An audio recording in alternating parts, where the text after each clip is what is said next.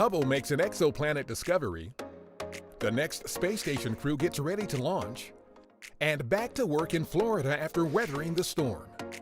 A few of the stories to tell you about this week at NASA.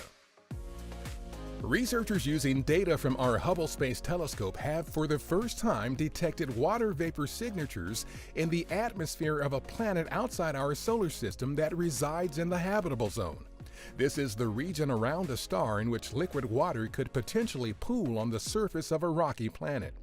The planet, known as K2-18b, orbits a small red dwarf star about 110 light-years from us in the constellation Leo. If confirmed by further studies, this will be the only exoplanet known to have both water in its atmosphere and temperatures that could sustain liquid water on a rocky surface.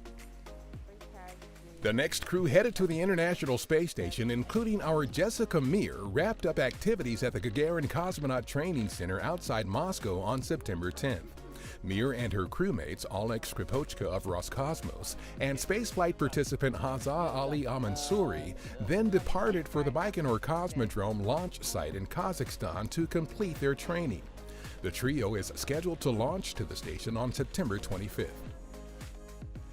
On September 10th at our Kennedy Space Center in Florida, the mobile launcher for our Artemis missions to the Moon began the 4-mile ride atop Crawler Transporter 2 back to Launch Pad 39B after being housed for more than a week inside the vehicle assembly building due to Hurricane Dorian. With the mobile launcher back in place at the pad, teams can resume validation and verification testing for our Artemis 1 mission, which they plan to complete in the coming weeks. Artemis 1 will be the first integrated uncrewed test flight of our Orion spacecraft, Space Launch System or SLS rocket, and the ground systems at Kennedy Space Center. Meanwhile, progress toward the launch pad for Artemis 1 continues for our SLS rocket and Orion spacecraft. SLS and Orion have moved from design and manufacturing to testing and assembly and integration. Some of the hardware has even been delivered to the launch pad at Kennedy. A new online animated video shows a breakdown of the parts that will make up the completed flight hardware for the mission. Check it out at go.nasa.gov/Artemis-1 progress. Along with the Gateway in lunar orbit and a new human landing system, SLS and Orion create the backbone for our Artemis missions that will land astronauts on the Moon by 2024.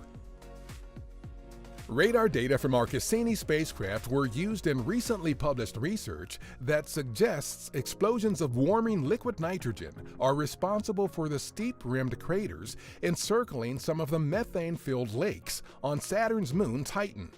Most existing models that lay out the origin of Titan's lakes point to a process that does not produce steep rims. Titan and Earth are the only planetary bodies in our solar system known to have stable surface liquids.